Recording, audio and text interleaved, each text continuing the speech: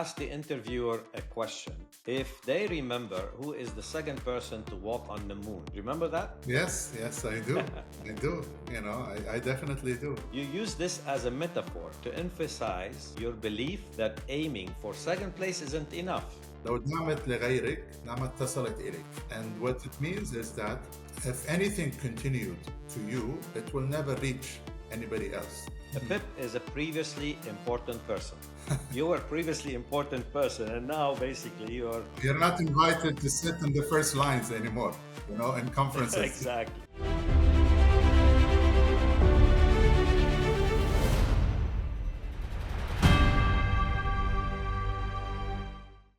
So welcome to Reimagining You, the podcast where we explore personal branding, leadership, and transformative career journeys. I'm your host, Dr. Elie Daher, and today we have an exceptional guest, Maen Razouqi, a visionary leader with over 26 years of global experience across the energy, aviation, technology, and services industries. I have known Maen for many years, I think over 20 years, and I always admired Maen's career and branding progression. Maen has had pivotal leadership roles in some of the world's most recognized organizations, including Schlumberger, and most notably as the president and CEO of Kuwait Airways, where he led the airlines through significant transformation. His leadership has been instrumental in driving innovation, operational excellence, and strategic growth across industries. And I came across a very interesting story, actually, Maen, that I think the audience will enjoy. I will just tell you the story a little bit after the introduction. Recently, Maen, I want to congratulate you on your recent appointment as an advisory board member at Nasser. And having established your family office in 2023, I would like to share that Maen is also dedicated to empowering technology entrepreneurs, and startup in the Middle East. Of course, beyond investment, he mentors and advises startup founders, guiding them to success in their markets and beyond. So today we will dive into his journey from corporate leadership to investment and advisory roles, the power of personal branding in high-stake industries, and how he is shaping the future of entrepreneurship and innovation in the Middle East. Maen, welcome to the podcast. Well, thank you very much, Elie, for this kind introduction. You left nothing for me to say, but your kindness and definitely I appreciate and admire what you're doing on a personal level and throughout your career. We enjoyed working definitely together. I hope that we will have an enjoyment and a fun engagement as we go into Reimagining You over this session. Yes, I'm sure we will, and the audience would love our podcast. Thank you for accepting my invitation. So, Maen, before we dive into your remarkable career, so I came across an interesting story that I think our listeners would enjoy. If you remember, during an interview, you asked the interviewer a question. If they remember who is the second person to walk on the moon. Remember that? Yes, I do. I do. I definitely do. So when they couldn't recall, I think the person was Buzz Aldrin, you use this as a metaphor to emphasize your belief that aiming for second place isn't enough. So this perspective led to the launch of Kuwait Airways Beyond Excellence program, reflecting your commitment to pushing boundaries and striving for unparalleled success. So before we dive into the personal branding, could you share more about this philosophy and how did it influence the leadership approach? Yeah. So well, I think we both grew up in a very competitive environment, which is the oil and gas services industry, and we came, and I think we are blessed to have had the opportunity of joint career and a very reputable company that thrives to be best. So we always had this in mind. But if you go back to even in my education life, I always wanted to be one of the top students, if not the top of the class. And not to say that academically you want to be top, but you want to be as a whole completely able to have the interpersonal skills, the technical skills, and also the leadership skills. So this is something, maybe was a part of my DNA or the surrounding, and I was my parents actually put this as a part of our growth journey. It reflected in our education, but needless to say, when we came into Schlumberger, it actually sedimented and it became even a deeper depth. Now, going back to this, the fact that who remembers the second person on the moon, I recall a saying, and I don't say that it's totally right, but it's also a very motivating approach to things. You know, being second, you are only the first of the biggest line of losers. So if you can Yes. describe, that and how much would it take you to be first, I think it will push everybody to compete. We all know that there is only one first place in Yes. everything, you know, and there is billions of people who are competing for that first place. But just like the person who became in first place managed to do it, it gives everybody the opportunity to at least admire and drive toward that. So when you take this approach and you try to put it into organization, it becomes very difficult, in the case of, your reference to Kuwait Airways, being excellence is being A-rated. So we wanted to push the envelope to beyond excellence. And the program went very well, and it was very well received within the organization. It took some time because, unfortunately, in some cases, government state owned companies are not measured by KPIs.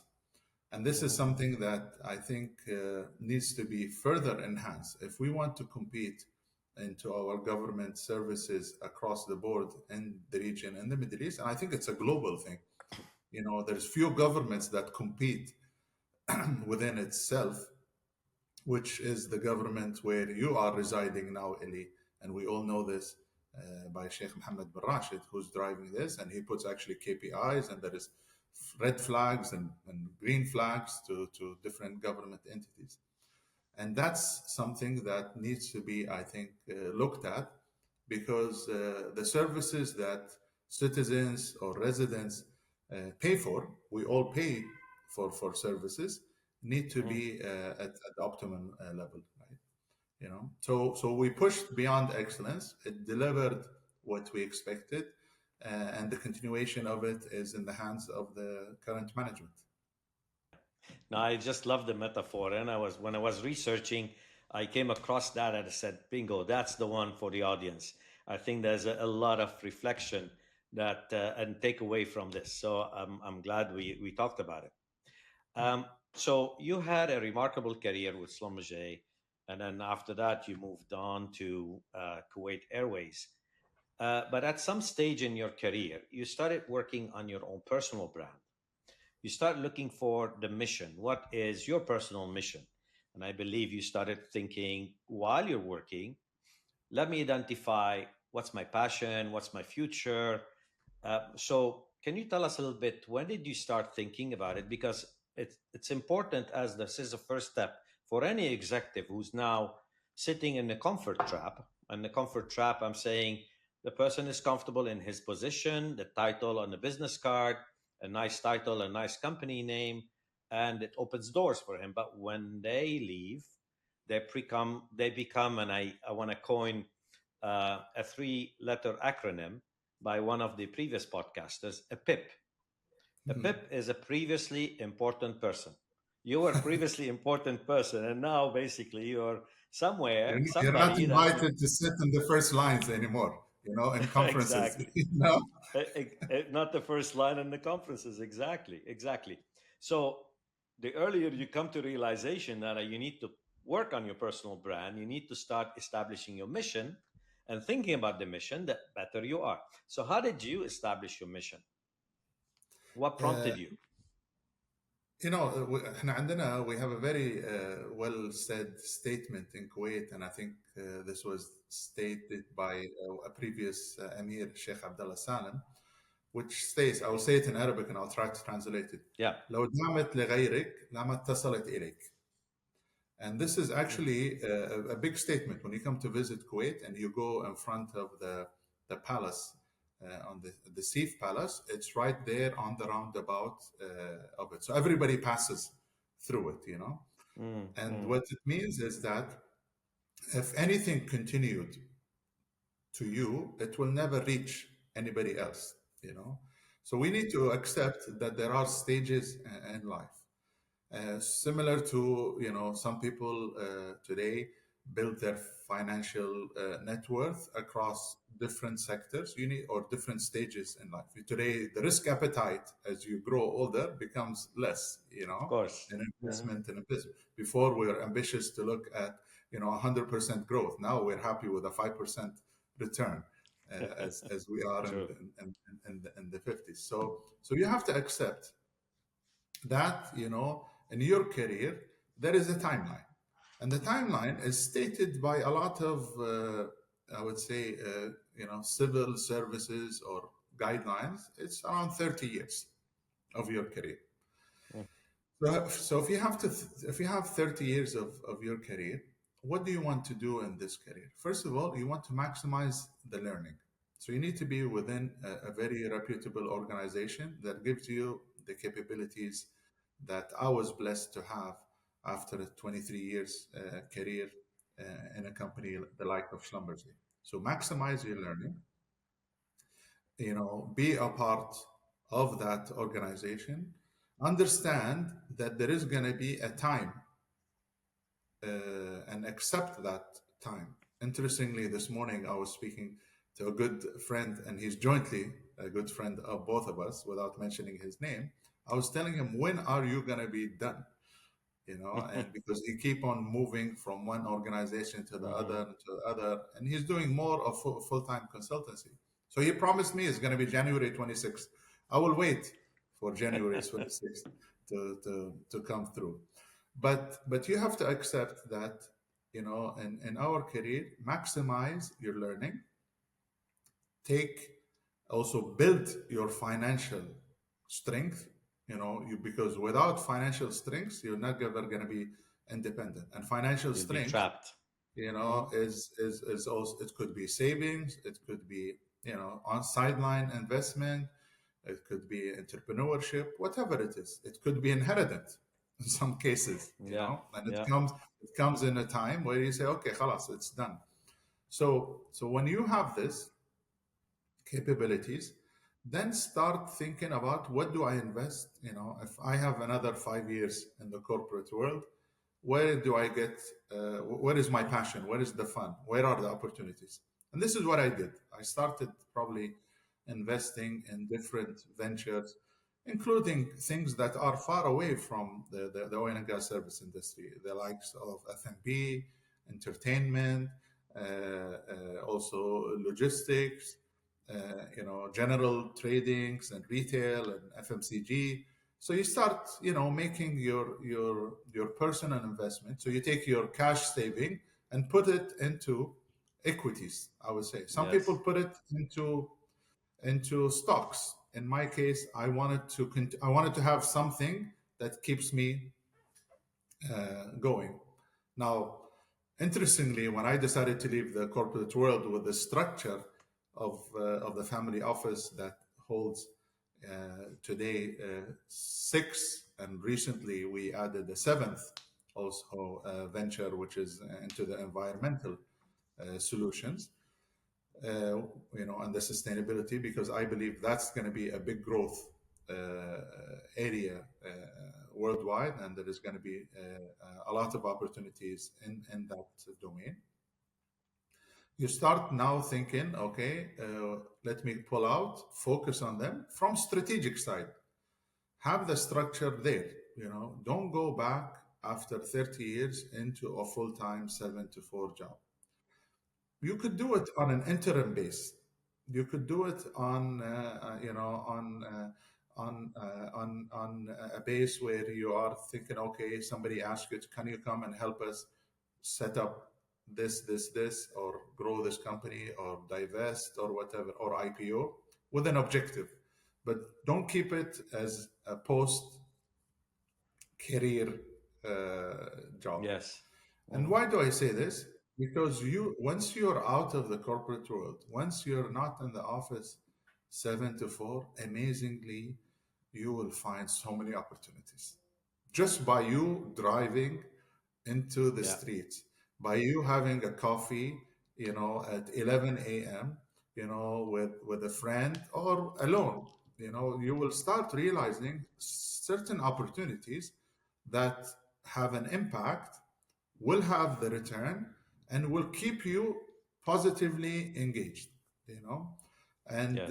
and that's the blessing of that. In the meantime, you also have to give yourself, in my opinion, after 30 years of hard work and 7 to 4 jobs, you need to give yourself a break.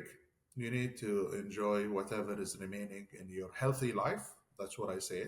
Forget about life in general, but we all have limitations to the Mhm. remaining of health in our life. So focus on your health, focus on your body, focus on what's interesting and fun for you, as long and make sure that you are still able to support your lifestyle and your family. If you could think about this at 15 years in your current job with your 15 years remaining and build it slowly, you will be able to achieve this and contribute, which is very. Perfectly said, man. I think this is very enriching for the audience. You have pretty much gave them the recipe much better than my book, Reimagining You. So that summarizes and enriches the first two chapters of the book. Well done.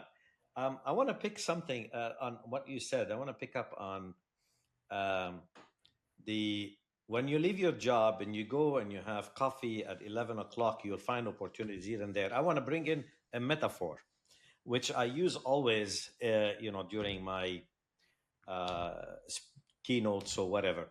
So, how many red cars have you seen today while driving to the office? Well, I can tell you, I didn't go to the office today because I don't work from the office on Mondays and Wednesdays. So Okay, but you were driving at home, right? but I was driving from a previous engagement meeting. I went and came. I don't recall I saw a red car. Very good. But tomorrow, or if I tell you now, please can you check how many red cars you're going to see tomorrow? You're going to focus on it.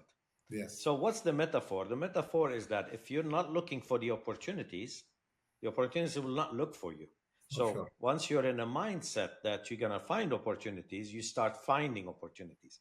So, that's the red car theory that I wanted to share for the audience and as well, just to No, but build on it's what you said. interesting how you say it because now you're gonna you're gonna actually drive me to drive a car after this session And you start looking, just oh, to yeah, look for the I red. see one, two, three, 10 You know, cars. am I colorblind or am I disfocused? No, it's, since you like metaphors, I thought I'll throw in, No, a free metaphor here. I appreciate Very it. good. So we talked about the mission and how you source it, and you gave us very good um, opinion and recommendation. Now, but once you define your mission and you're in the corporate world, and sometimes your mission or ambition might be not exactly what you are what you have been taught to do or have built experience on. Hence the challenge for these executives to build authority and credibility, right? Because let's say you are in the F&B and you love the F&B, you love restaurant business, but you're in oil and gas, and you say, I'm going to go full time in the F&B business. And then you go and seek investors. And I'll tell you, well, you come in from an oil and gas for 20, 30 years. What makes you an expert suddenly to talk with chefs and to make up the recipes and the cost management and everything? So, how does an executive, if he doesn't want to stay in his lane, that's I coin another podcaster, because staying in your lane means continue on the momentum in the oil and gas, let's say, and you went to aviation. That's even, that's a key example. So, how did you establish credibility and authority going to aviation, for example?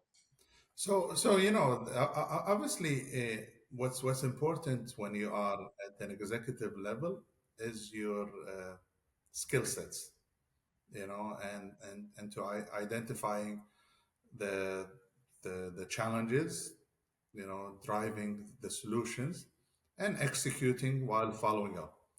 And that's what's key to any executive role, in my opinion.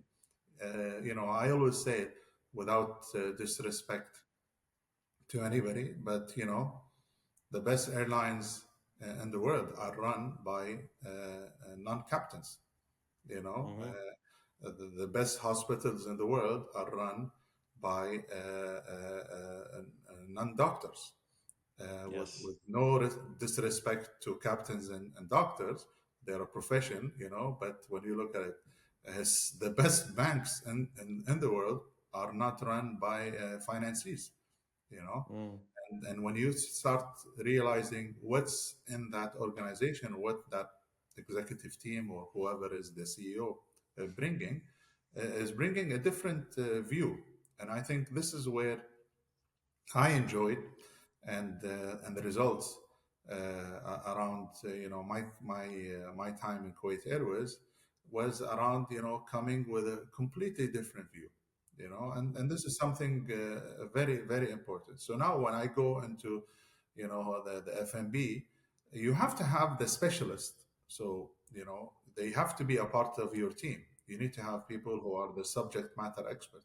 So in the FMB, definitely you need to have your partner who's a chef or who has been in this business. Now, what do you come and bring in? You bring in an opportunity of growth, an opportunity of strategy building, an opportunity of enhancement and service delivery, things that we you learn across different service sectors. What is key in my career, and I would assume you agree, is we came from a service sector. So when you are Yes. the service sector drives the customer centricity, because everything is around the customer. So now, when you go into an organization where the customer is all about everything, because without a customer, you cannot make your pizza. Without a customer, you cannot fly your plane. Without a customer, you cannot, open your bank, etc., etc. So the customer service enables us to actually develop these skill sets. And I always encourage, even with my boys now, when you come and graduate, because some of them think about different sectors, and I say no. What you need to do probably in the first 5 years, 5 to 10 years, is be in this customer service sectors, anywhere it is, telecommunication, medical, whatever is there, because then you start realizing the drive of competition, the drive of service delivery, the drive of profitability and sustainability. Very good. Very well said, actually. Very well said. So then it's nice to refine the word stay in your lane. Instead of staying in your lane in oil and gas, stay in your lane in the service sector. Yes. Because you learn the service, you learn customer centricity, you learn service delivery. So I think this is a very good point that we clarify what does it mean stay in your lane. There was another podcaster that have given me a different perspective, saying, well, maybe it's not so good to stay in your lane because you might, especially like if you're an oil and gas person, you dive into the technicality, so you're diving down in the weeds.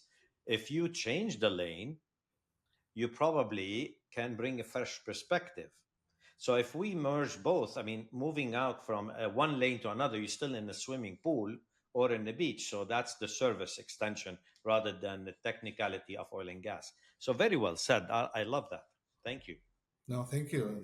And I think you describe it very well. Now stay within the lanes of the sector and not the industry.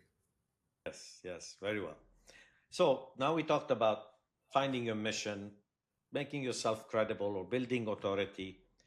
I'm gonna go down and you mentor young generation, you mentor startups, you mentor young people.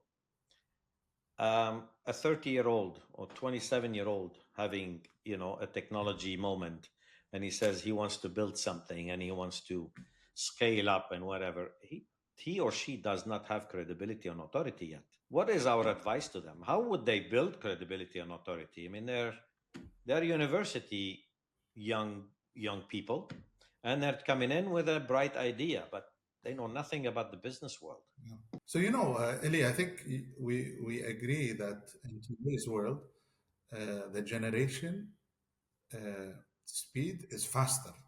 They are just at a faster pace. Now, why are they faster, and why do they think time, time zone or time lag is different? Is because they have access to information within a button. Me and you, we have books behind us. We read books, and if in some cases we learn. We still learn from books today. The learning methodology for the younger generations and the age that you refer to, and the 20s, is a push of a button, or even just a voice message, and Yeah. they will get the information. So you cannot discount the fact that they will get the information, valid information, and they will base this. So when I engage with them, I always tell them, walk before you run. So it's very important that you realize that we are not at the stage of running yet, because they all think, well, I want to build a startup and then I want it to be a unicorn. No,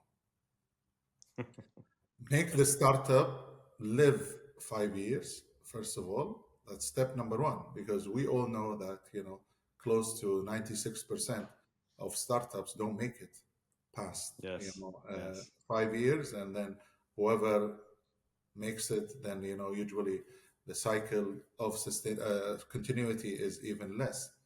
So make it throughout the 5 years. Be financially sound in 5 years. Have the clarity on what you want to differentiate yourself, because everybody wants to do something, but in some cases they're doing the same thing. So differentiate yourself. Look at and learn where other people ended, or start where other people ended.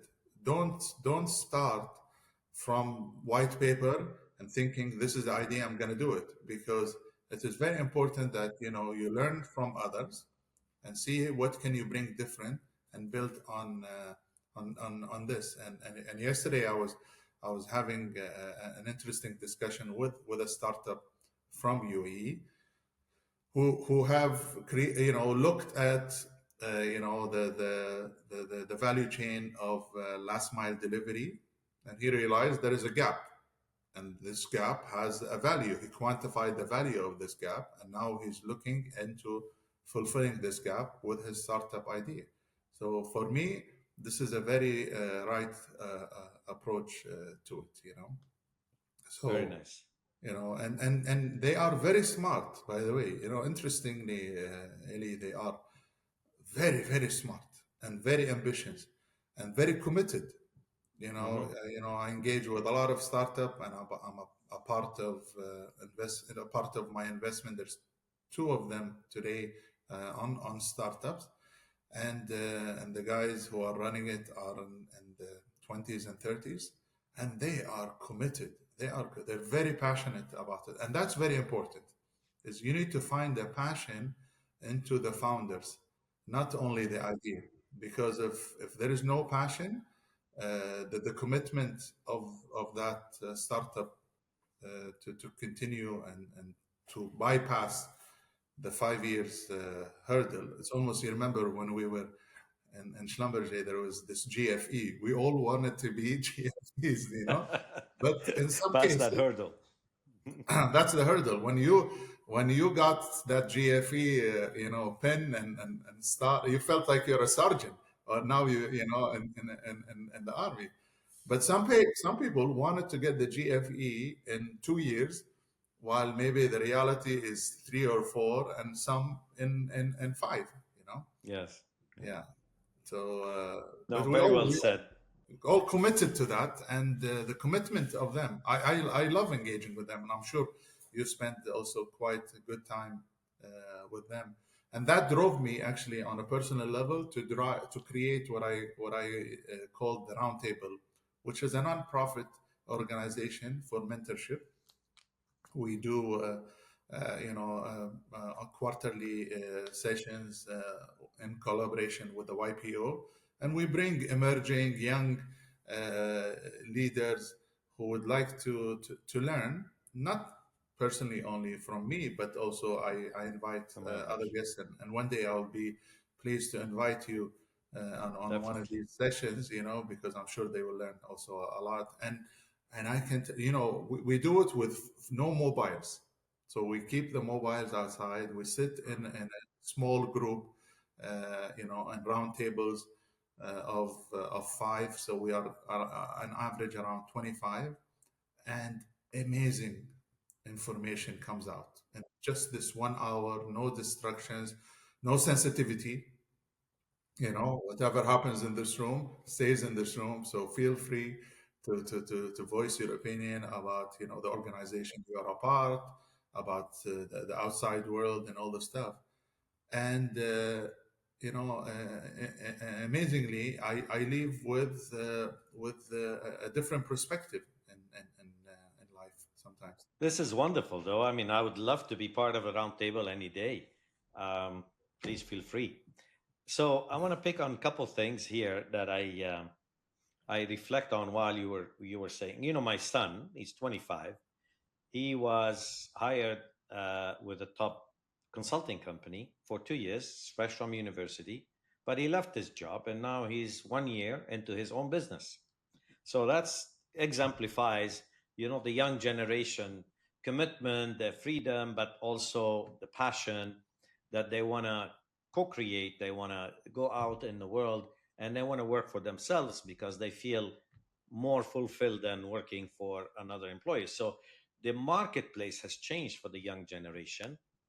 I love the point that you brought in is what differentiates you because I talk quite a bit on this in my book.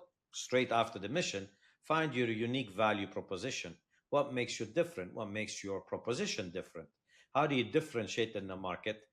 And it might not be the knowledge because obviously you didn't master years of knowledge, but it could be a passion, could be a commitment, could be you learned something, you know how to do something different than the others. So find that unique value proposition at your level, at your age, as a startup person, and that would resonate very well with the market, with the customers, and with the investors. So that's your second point. The third point, to the point where we learn from the books, you and me, the generation. So we lived in the knowledge economy where we went to university, we got a degree, we got exams, then we went into a company, we learned by doing, we studied books, we stayed up in the knowledge economy, we started learning more and more and more, and then you branch out, you got an MBA or a course here or an executive course. You kept on acquiring knowledge and developing knowledge from either books or experience. The younger generation lives in a different world. They live in an attention economy where everything is socially driven. Everything it's not a push, it's a pull. So they go into attention means it's a creator economy where they create things on the digital side, or the intimacy economy where they're intimate with the customer. They understand the need and they cater for that. So you don't sell airline tickets, you sell an experience, for example. So Mhm. that's the intimacy economy. Today, all of our 5 generations or 6 generations are living in a hybrid economy where we have the people like you and me bringing in the knowledge, and then these guys bringing in the attention economy, and then it's hybrided. My question to you is you were in the corporate side and you were having 5 generations, dealing with 5 generations, and you came in from one way of doing things. And I had to struggle with it myself because I stayed 27 years in a great and wonderful school of life, which is called Slomaje. So this was the way it was done. Now, going out in the open and managing 5 generations, wasn't easy for me. So for senior people, especially the executives, that they want to branch out, fine, creating a personal brand, but there is something because they have to deal with other types of people. They have to deal with different employees, and they'll be their own employees. They'll be their own investors. They will be. So how would they deal with them? Not being stuck in their own learning. The reality is well said by you. Is how do you make this shift? Because it's almost like for us leaving our family homes and going and branching into the real world and college and stuff like this. I mean, yesterday my wife was telling me about my son having sushi for futur, and she's like, why does he have sushi for iftar? He have to have soup, he has to have the rice, the typical Yeah, thing. the I said, date he's in and the the soup. UK. Yeah, He's in the UK, and for them, what they're looking at is food, just to break their fast. us. Yeah. So we have to accept that he branched out out of Hmm. out of our ecosystem and the Ramadan thing, Yeah. Yeah. in our case, and that's very challenging. Let's not discount this, especially when you come from a corporate world where it's very well structured. You have the team, the support. You will realize when you come outside, and this was my realization when I stepped into the aviation industry and Kuwait Airways, is the realization that A rating is not at the same level as A rating in the corporate world. Now there is a lot of external factors to this, but also there is the dependency on things that could be not of important to us in life. So you have to accept that, yes, I'm gonna step out. It's gonna be challenging. You have to calibrate yourself and expectations, and not think that this new organization you're in, or this is the new startup or the new business that you're establishing with the people around you, are not at the best caliber, but they just never came from the same environment as you did, and Hmm. that's very important for you to reflect on and take a deep breath and say, okay, I will accept the A rating of 90% to be at 70% for some time. And then I would work on bridging that gap of reality with mentorship, with learning, with training, with putting processes and procedures. Governance is very important, and and Mm. when you go into a lot of privately held businesses, government run entities, even small corporate organizations, regional, you will feel pressured on doing things that you could think of as non-compliant. I struggle sometimes. I'm a part of a family office, and we have different families, and I struggle sometimes to understand why one of the shareholders who realizes that, oh, we spend $1 million a year on cleaning, so I will go and open a cleaning company, you know, and instead of that money going to an external party, it's coming in here. But then the challenge is that you cannot regulate the quality of it, because now there is an emotion. You are a shareholder and you are providing a service, and not necessarily you are forced to do this, Very good point. Mm.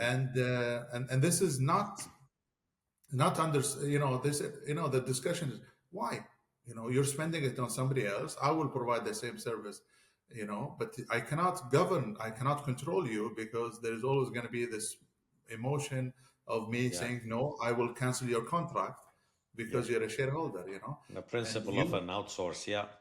and the interest, your interest is to be a shareholder. Your interest is to grow your share value, to grow the dividends that you receive, Hmm. not to take whatever in the pie on Yeah. a personal level, right? And I think this is a big challenge you realize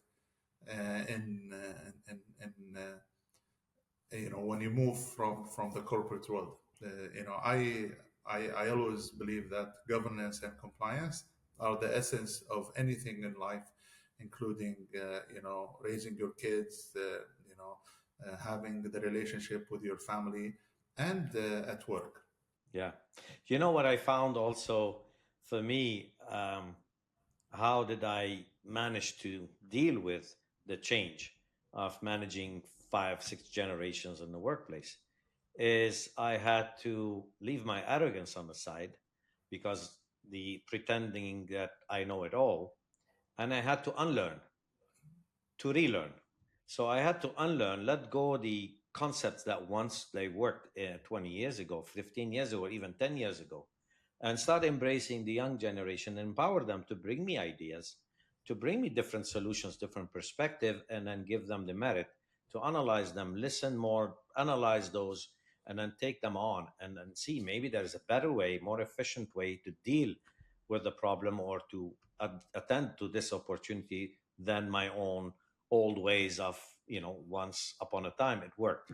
So unlearning to relearning is of my favorite topic that I always talk to executives my age or a bit younger that are coming from the external from the corporate world and embracing the new life. So very well.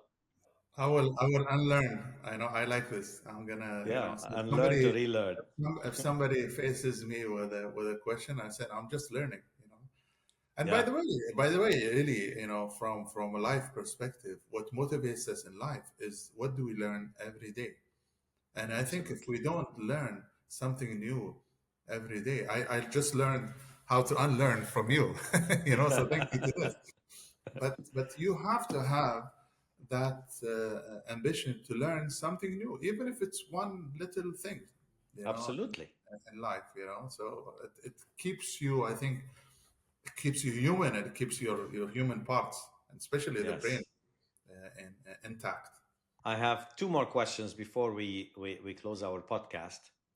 The first one is about networking. Now, I know you have 28,000 followers on your LinkedIn, but I'm not sure. I see you active on LinkedIn, putting posts and whatever. But when I'm talking to previous podcasters, they classify differently. From the corporate side, you had your customers and your colleagues pretty much on a business card. You go to conferences, you collect those business cards, and these are what we call up your network. But you don't leverage them. You don't engage this network. They sit nicely on in your LinkedIn or in your on your desk or in your contact list. But when you're on your own, you wanted to really categorize those connections and then engage them in a meaningful way that you could leverage them in the moment of need and the opportunity comes and whatever. So how do you grow your network and how do you actually manage to engage with your network? So, first of all, we are very social. We are very social and small community in the region, in the Gulf. And even if you expand it to the Middle East. And Alhamdulillah, I was blessed to meet a lot of great people, the likes of you throughout my career, who kept in touch. That being in touch over holidays or even on social media. What is important, I think, for business engagement, I truly believe that LinkedIn is the best business engagement platform. Hmm. I spend at least an hour a day on it, not necessarily posting, but also learning. And I I receive a lot of good information. I am I'm not on Instagram to promote a brand, or TikTok, or Snapchat. Hmm. And then I was asked once, by a good friend of mine, saying that, man, what you put in LinkedIn is not necessarily very well spread into the Kuwait community. Why don't you create an X account, which is the X Twitter? So now what I do is whenever I have a personal reflection, I place it on LinkedIn and on Twitter or X today. Now, you also have to be a part of the ecosystem, and there is a lot of interesting conferences in the region, opportunities of engagement for you to share and to network and build also abilities to seek new opportunities. And one of the best ones at this stage in my life and career is the family offices, the events. There is different. There's probably a good 3 or 4 reputable family offices events on an annual basis, where you learn from the good experiences from reputable family offices who have been doing this through generation 1, generation 2, and generation 3. Because what I'm trying to build now through the family office is the sustainability for it to go back beyond generation 3, because we all know that 90% of family offices don't make it past third generation, and that's my focus area. So engagement socially is important. Engagement personally is important, but also in conferences and events are also important. And there is no discount of where these opportunities are. Very well said. And I admire one thing, that you always connect with old timers. Whenever I sent you a note, even after 3 years or 4 years, yeah, Ellie, great hearing from you. Let's catch up. You're always in contact with pretty much everybody that you came across, and you valued at one of the times their relationship or their friendship.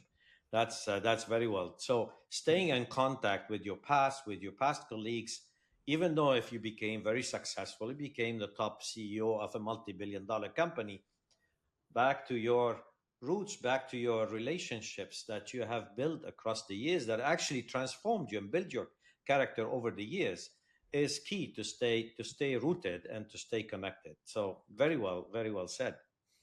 My last question, an advice for our audience. These are the executives. They're currently maybe listening to us, and they're in their job. They're probably wondering, I come to the office, I'm not motivated. I really need to do something. I need to move. I need to change. But I have responsibilities, liabilities.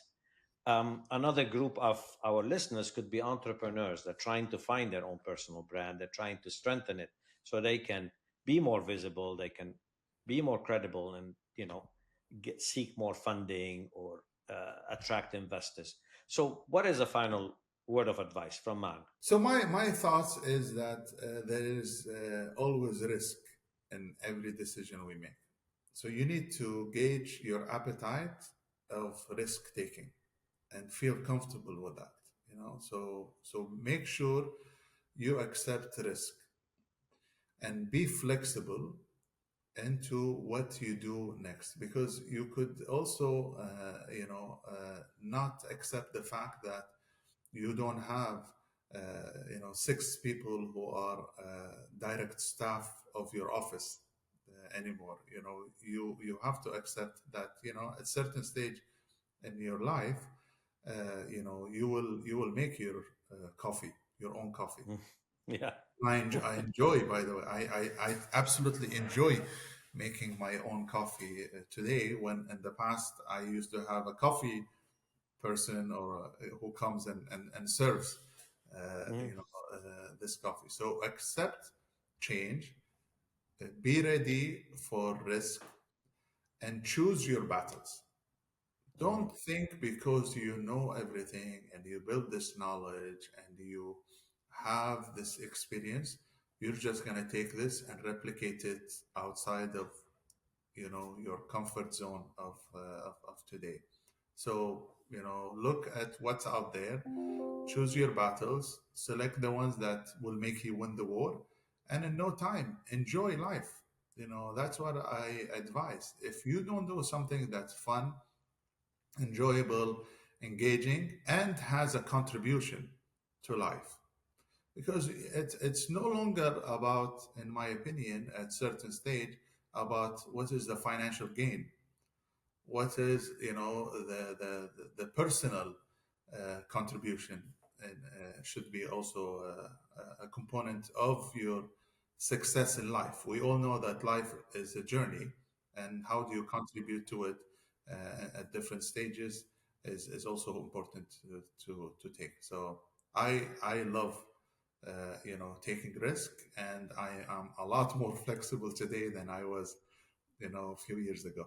Man, I truly appreciate your insights, the value that you have given us in this 1 hour for our audience or for this podcast. I've learned a lot myself. It's very generous from you and very authentic and very valuable. So thank you for being on this podcast, and I hope the our audience will enjoy this chatter together, and they benefit from this insights that you shared with us. Thank you.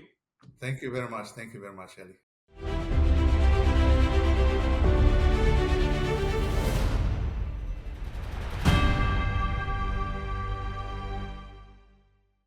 Thanks for listening to Reimagining You. If you enjoyed the episode, follow the show, leave a review, and share it forward. See you next week with a new episode. Keep reimagining you.